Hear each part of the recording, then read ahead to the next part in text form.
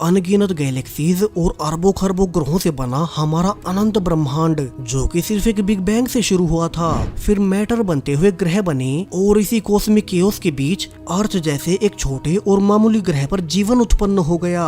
अब ऐसा होना ऊपर से देखने पर बहुत रैंडम लगता है, लेकिन क्या हो अगर ये सारी ही इवेंट्स एक तय पैटर्न में घट रही हों? यानी कि अगर कोई यूनिवर्स के पैटर्न को समझ ले तो वो न सिर्फ भविष्य में होने वाली घटनाओं को पहले ही जान सकता है, बल्कि फ्यूचर तक को बदल सकता है। अब वो कैसे? चलिए शुरू से जानते हैं हमारी नई सीरीज टच में। कहानी की शुरुआत मार्टिन नाम के एक आदमी से होती है, जो कि एक एयरपोर्ट पर लॉस्ट एंड फाउंड डिपार्टमेंट में काम किया करता है। अब आज भी जब मार्टिन हमेशा की तरह अपनी ड्यूटी कर ही रहा था कि तभी उसके पास घर से कॉल आया।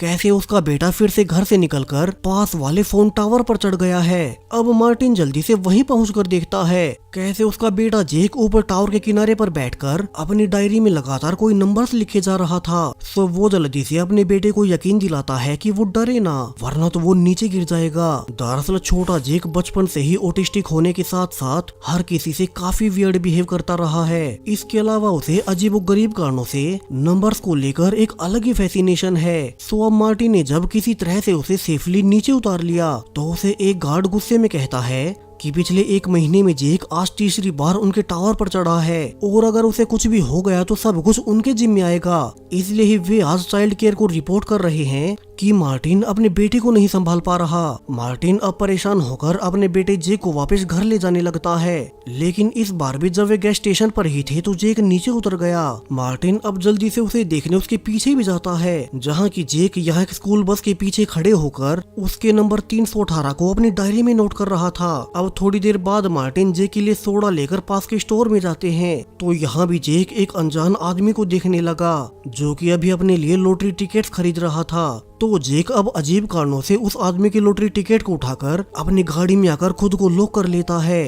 वो जल्दी से इस लॉटरी टिकट के नंबर को अपनी डायरी में नोट करने लगा, जबकि बाहर वो आदमी तो लगातार गुस्से में चिल्लाए जा रहा था। सो मार्टिन भी अब जल्दी से गाड़ी के पास आकर उसे दरवाजा खोलने को कहता है, जिसके बाद जब जेक ने उस लॉटरी टिकट के सारे नंबर्स अपनी डायरी में नोट कर लिए तो वो आखिरकार दरवाजा खोलकर उस टिकट को उस आदमी को लौटा ही देता है। हालांकि वो आदमी उसकी इस हरकत से बहुत गुस्सा हुआ और वो बदले में मार्टिन को पंच मारकर चला जाता है। वो अनजान आदमी अब अपने घर आकर इस नई लॉटरी टिकट को भी अपने रूम में बाकी टिकट्स के साथ चिपकाने लगता है, यानी कि वो लॉटरी जीतने को लेकर बहुत सीरियस था। तो वहीं शाम होने पर मार्टिन अपने बेटे जेक को सुलाने जाता है, लेकिन यहाँ उसने देखा कि जो फोन उसे आज अपनी ड्यूटी के दौरान लॉस्ट एंड फाउंड में मिले थे, जैक उन्हीं से खेल रहा है। और तभी अब अजीब कारणों से वे सभी फोन्स एक साथ बज उठे। वही उन पर वही नंबर फ्लैश कर रहा था, जो नंबर जेक अपनी डायरी में सुबह से नोट कर रहा है। मार्टिन भी इसे देख बहुत हैरान हुआ कि ऐसा कैसे हो सकता है।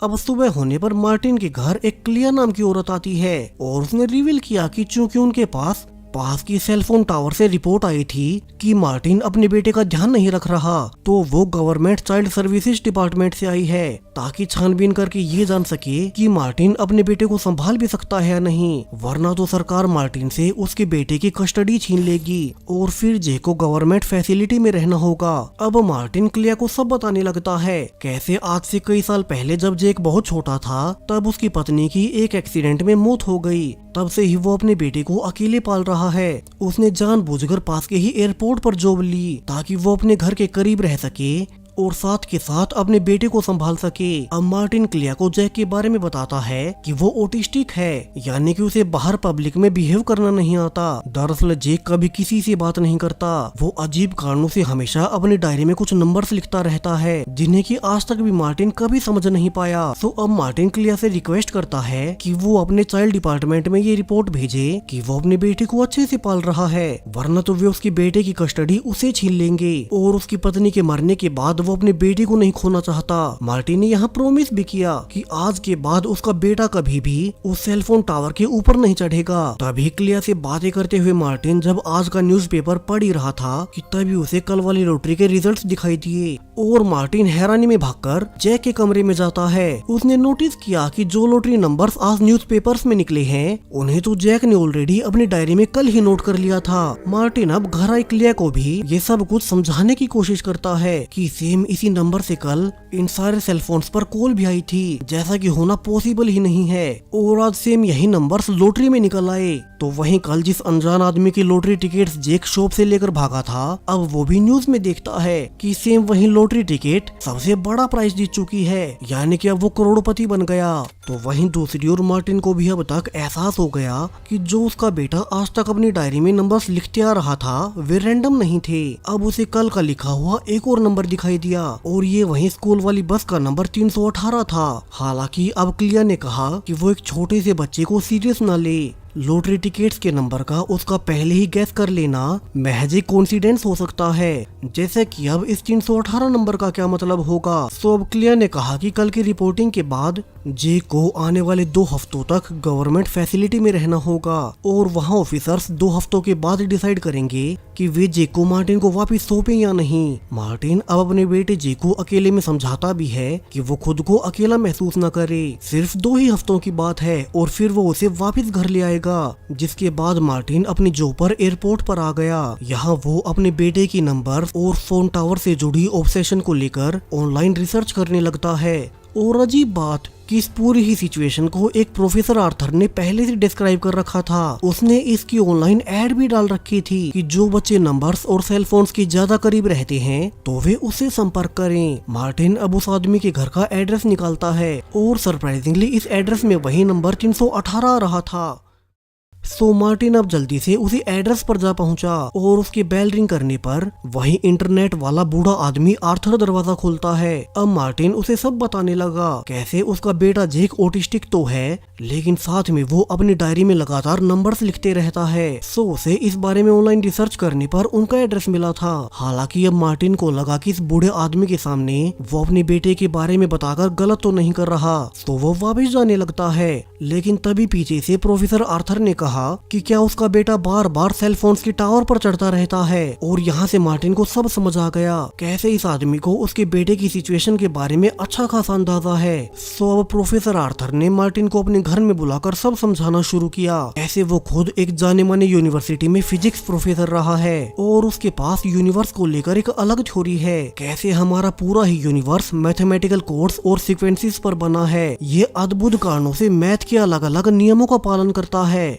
ऐसे नियम जिन्हें कि इंसान कभी नहीं समझ पाए। जैसे यूनिवर्स में कोई भी वस्तु स्पीड ऑफ लाइट से तेज नहीं चल सकती। ये लगभग 3 लाख पर सेकेंड की स्पीड लिमिट खुद यूनिवर्स ने अपने ऊपर लगाई है। आर्थर ने आगे बताना शुरू किया कैसे इसके अलावा भी ग्रहों से लेकर गैलेक्सीज तक, स्टार से लेकर बड़े बड़े ब्लैक होल्स तक हर एक मैटर जो कि इस यूनिवर्स में एग्जिस्ट करते हैं उन सबको मैथमेटिकल रूप से पेपर पर उतारा जा सकता है। उसने पानी का एग्जाम्पल दिया, जैसे पानी को जूम करने पर उसमें हाइड्रोजन के 2 और ऑक्सीजन का 1 एटम मिलेगा और जब वे आपस में मिलते हैं तो लिक्विड पानी बन जाता है। अब मार्टिन शुरू में बहुत हैरान था कि प्रोफेसर आर्थर उसे ये सब क्यों बता रहा है, इन सब का यूनिवर्स की बातों का उसके बेटे से क्या कनेक्शन। लेकिन प्रोफेसर आर्थर ने कंटिन्यू किया कि यही तो मेन बात वो उसे समझाना चाहता है कि हमारी पूरी दुनिया ऐसे ही नंबर्स और एक निश्चित पैटर्न से भरी पड़ी है जिन्हें कि हम जैसे आम इंसान कभी नहीं समझ सकते। यही पैटर्न्स हमारे पास्ट, प्रेजेंट और यहाँ तक कि फ्यूचर तक को डिसाइड करते हैं और अगर कोई इन पैटर्न्स को समझना सीख जाए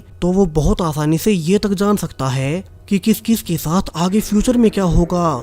आर्थर ने आगे बताया कैसे वो इसी सेम सब्जेक्ट पर पिछले 30 साल से रिसर्च कर रहा था और उसे अपनी रिसर्च के दौरान पता चला कि कैसे कुछ बच्चे अपने जन्म से ही ऐसी एबिलिटीज लेकर पैदा हो जाते हैं जो कि आम इंसानों से उलट इन सारे नंबर्स और पैटर्न्स को समझकर उनसे फ्यूचर जान सकते हैं। और प्रोफेसर आर्थर के अनुसार मार्टिन का बेटा जेक भी ऐसे ही गिफ्टेड बच्चों में से एक है जो कि जिन भी नंबर्स को नोट करता है वे सब फ्यूचर में होने वाली किसी घटना का इशारा होते हैं। अब ये सुनकर तो मार्टिन को बिल्कुल यकीन नहीं होता कि उसका बेटा इन नंबर्स को डायरी में लिखकर फ्यूचर के बारे में बताता है। आर्थर ने आगे कहा कि कैसे जेक जानबूझकर हर बार सेल फोन के टावर पर ही जाता है। वो ऐसा इसलिए करता है क्योंकि वो फोन सिग्नल्स को बड़ी आसानी से ट्रेस कर सकता है और वहाँ जाकर उसे सोचने में और क्लियरिटी मिलती है।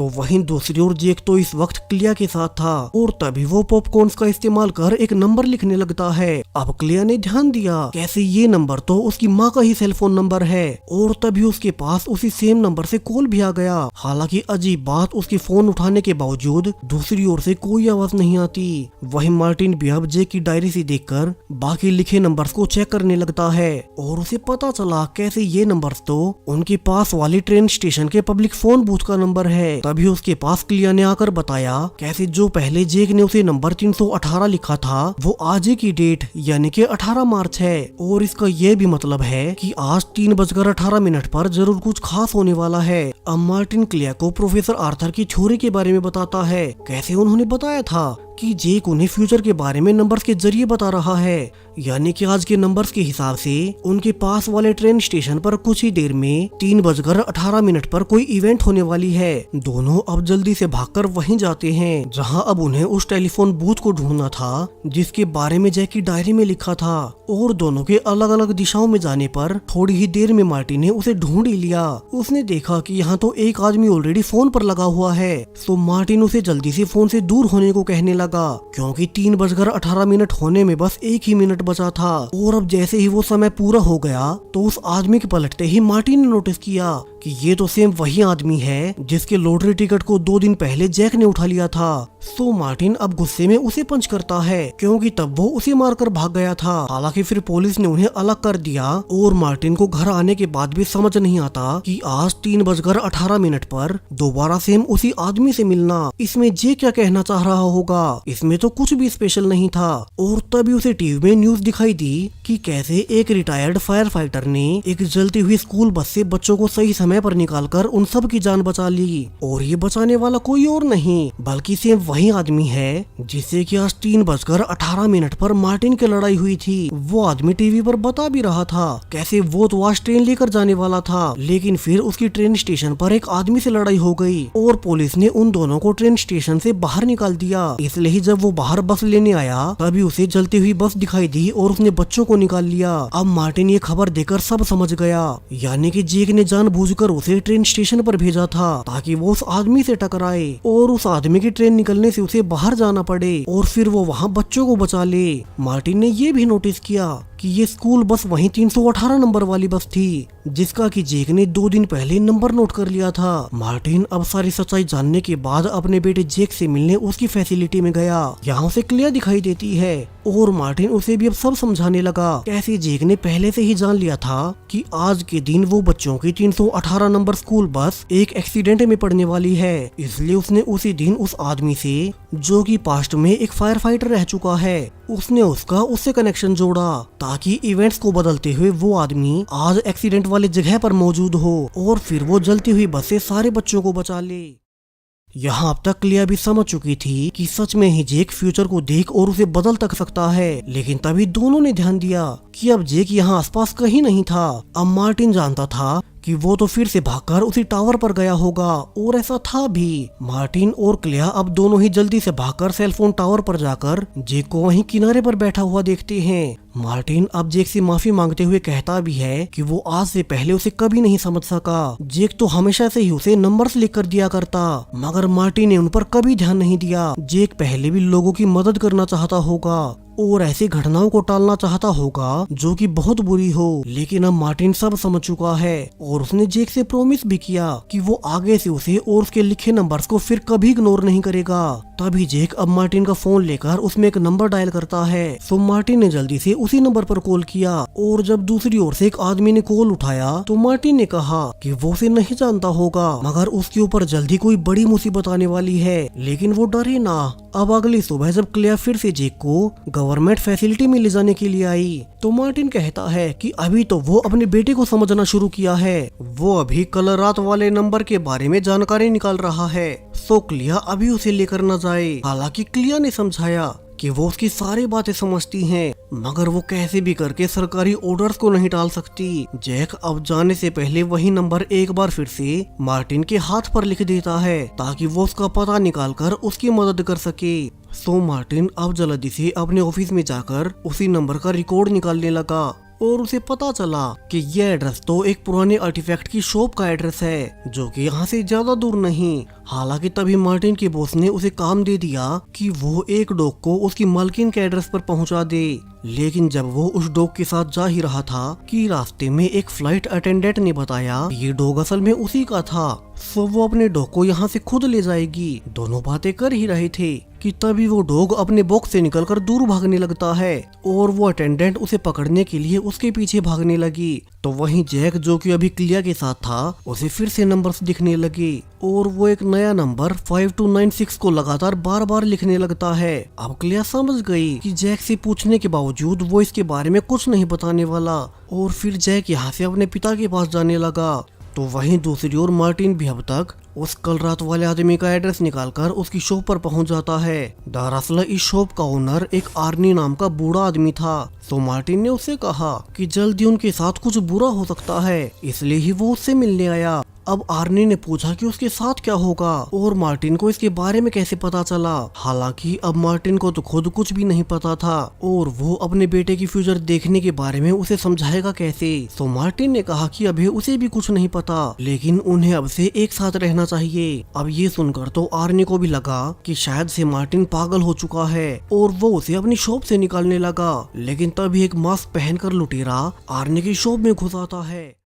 वो गन पॉइंट पर उसके सारे पैसे लूटने लगा कि तभी पीछे से मार्टिन अब आर्नी को बचाने के लिए उस लुटेरे पर ही कूद पड़ता है, जिससे कि गोली चलते हुए आर्नी के कंधे में जा लगी और वो चोर भाग गया। अब मार्टिन जल्दी एम्बुलेंस बुला लेता है और वे आर्नी को लेकर हॉस्पिटल जाने लगे। हालांकि अब आर्नी तो मार्टिन से बहुत गुस्सा था। उसने कहा कि अगर वो उस चोर से न झगड़ता तो उसे गोली भी न लगती। अब मार्टिन यहाँ से सीधा प्रोफेसर आर्थर के पास जाता है। उसने उन्हें सब बताया कि उसे कुछ भी समझ नहीं आ रहा। अगर वो आर्नी की शॉप में नहीं जाता तो क्या उसे गोली जान से मार देती, या फिर वो शॉप में गया इसलिए वो गोली उसके कंधे में जा लगी। मार्टिन को खुद जैक के दिखाई नंबर्स के अनुसार कुछ पता नहीं होता, उसे सिर्फ अंदाजा लगाना होता है कि आगे क्या हो सकता है और क्या नहीं। हालांकि आर्थर ने समझाया कि जैक भी फ्यूचर के सिर्फ नंबर्स ही देख सकता है और वो नंबर्स को उसी भाषा में वहीं लिख देता है, इसलिए मार्टिन घबराए ना और वो जैक के दिखाई नंबर्स पर पूरा भरोसा करे। तभी मार्टिन को वापिस जाने पर जैक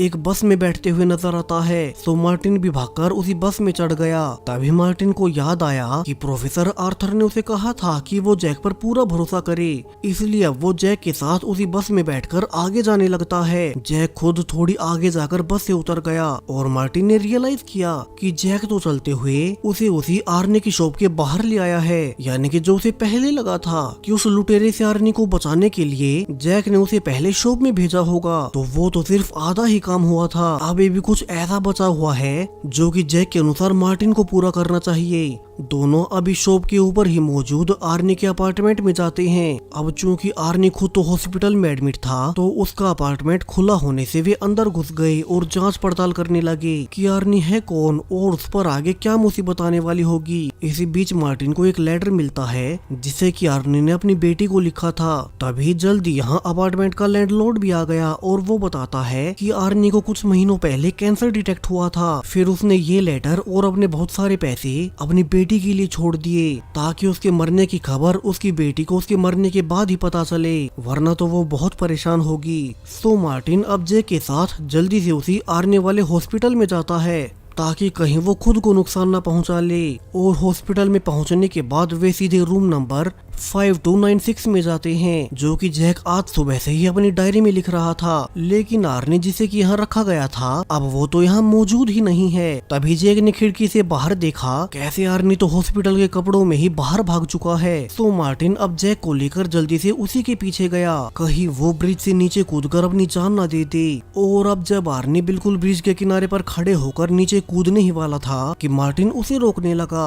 उसने कहा कि आर्नी को ऐसे हार नहीं माननी चाहिए, वो अपनी बेटी से मिल अपना बचा हुआ समय उसी के साथ बिताए। जिसके बाद मार्टिन अब आर्नी को जबरदस्ती पकड़कर ब्रिज के अंदर खींच लेता है और उसने उसे कूदने से रोक लिया। तभी ब्रिज पर एक डॉग भागते हुए आता है और उसके पीछे वही फ्लाइट अटेंडेंट उसे पकड़ रही थी। तभी अब वो आर्नी को गिरे हुए देखकर हैरान रह जाती है और वो भागकर उनसे गले से लग गई। मार्टिन अब यहाँ से सब समझ जाता है, दरअसल ये फ्लाइट अटेंडेंट वही थी जिसका सुबह मार्टिन को डॉग डिलीवर करना था, मगर वो रास्ते से भाग गया और वो उसके पीछे चली गई। इसलिए मार्टिन को समय मिल गया आर्नी की शॉप में जाकर उसकी जान बचाने का। लेकिन मरना तो आर्नी को वैसे भी था, इसलिए अब जैक ने इवेंट्स को इस तरह से बदल दिया कि आर्नी की बेटी अपने आप उनके पास पहुंच गई। अब वो अपने पिता के साथ उनका आखिरी बचे हुए कुछ महीने अच्छे से बिता पाएगी। तो वहीं मार्टिन भी जैक को सुलाते हुए सोचे जा रहा था कि कैसे उसका बेटा वाकई में जो कुछ भी करता है उसमें किसी न किसी की भलाई जरूर से होती है और वो आगे से उस पर कोई शक नहीं करेगा।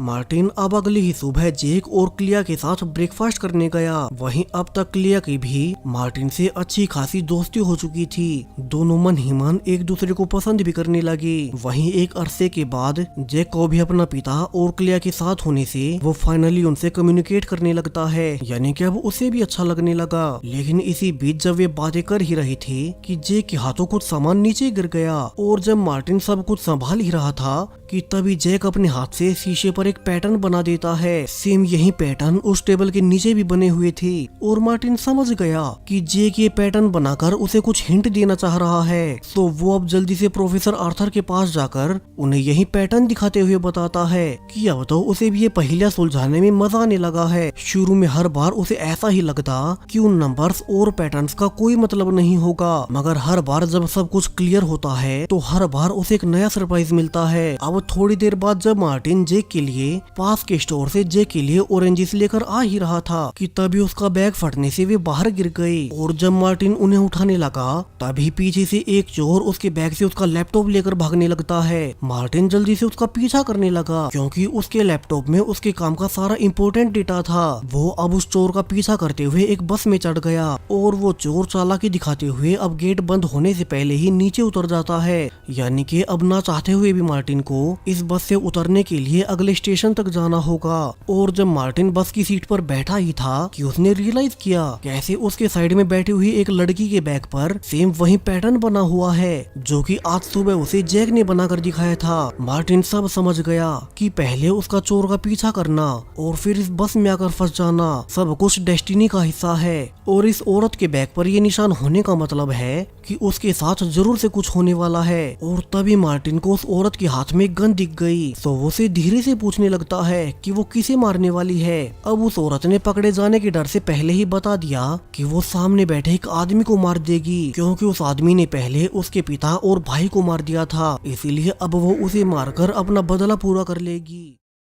अब मार्टिन ने समझाया कि उसे ऐसा कुछ नहीं करना चाहिए, वो उस आदमी की रिपोर्ट पुलिस में दे दे। अगर वो उसे खुद मारेगी तो उसका खुद का भी करियर खत्म हो जाएगा। हालांकि अब लड़की ने बताया कि ये आदमी पहले आर्मी में सोल्जर रह चुका है और उन्होंने उसके भाई और पिता को मारने के बाद झूठे सबूत दिखा दिए कि उन दोनों की ही मौत एक्सीडेंट में हुई थी, यानी कि अब पुलिस भी कुछ नहीं कर रही, इसलिए ही वो खुद उसे मारने आई है। अब मार्टिन जल्द ही समझ गया कि वो इस लड़की का मन नहीं बदल पा रहा। सो वो अब बस में ब्रेक लगते ही जल्दी से उस आदमी के पास जाकर उसे भागने को कहता है। उसने बता दिया कि पीछे बैठी एक लड़की उसे जान से मारने वाली है, जिसके बाद मार्टिन अब खुद उस आदमी को बस से उतारकर पास वाली गली में भागने लगता है, जबकि साथ के साथ वो लड़की उनका पीछा कर रही थी। और जब थोड़ी आगे जाकर वे दोनों एक संकरी सी गली में फंस गए तो फाइनली वो लड़की उन तक पहुंच ही जाती है। इसी बीच जब फिर से मार्टिन उसे समझाने की कोशिश करने लगा तो पीछे से वो आदमी उसे ही धक्का मारकर दूर भागने लगता है और इस बार जब वो लड़की फिर से उसके पीछे भागी तो उसे एक बस उड़ा देती है। मार्टिन ने जल्दी से जाकर देखा कि इस लड़की की सांसें अभी तक चल रही थी, सो वो उसे जल्दी से उठाकर पास के हॉस्पिटल में ले जाता है। तभी वो आदमी जिसे कि वो लड़की मारने की कोशिश कर रही थी अब वो खुद भी उसे देखने के लिए हॉस्पिटल में आ गया और मार्टिन उसे उस लड़की की फैमिली के बारे में सब बताने को कहता है। अब उस आदमी ने कहा कि वो पहले आर्मी में सोल्जर था और एक हाईली सीक्रेट मिशन के दौरान जब उन्हें टिप मिली कि अमेरिका और कनाडा बॉर्डर से कुछ क्रिमिनल्स यूएस में घुस रहे हैं तो उन्होंने एक ट्रक पर अटैक कर दिया, लेकिन अनफॉर्चुनेटली उस ट्रक में इसी लड़की की फैमिली थी और उनके हाथों गलती से उसका पिता मारा गया। कैसे उस इंसिडेंट का उसे भी बहुत बुरा लगा था, इसलिए उसने उसी दिन से आर्मी से रिजाइन दे दिया और अब वो गिल्ट में एक एनजीओ चला रहा है। यहाँ से उस आदमी ने ये भी राज खोल दिया कैसे असल में उस रात उस लड़की का पिता तो मारा गया था लेकिन भाई नहीं, वो भागकर कनाडा की बाउंड्री के अंदर चला गया। सो उसे लगता है कि वो कनाडा में अब तक जीवित होगा।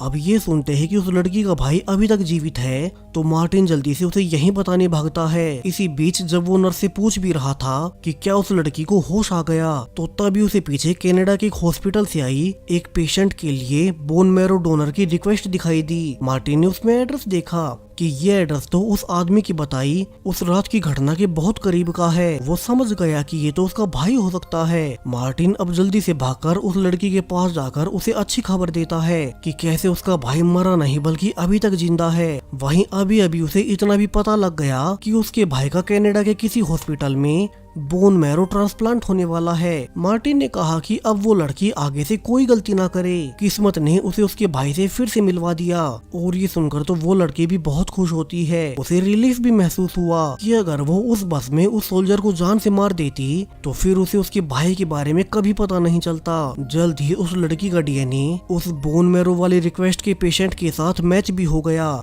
यानी कि वो उसी का भाई है। और वो लड़की मार्टिन को बहुत थैंक्स बोलती है जो उसने न सिर्फ उसे एक क्राइम करने से बचा लिया बल्कि उसके भाई को भी ढूंढ निकाला, यानी कि उसे एक नया जीवन मिल चुका है।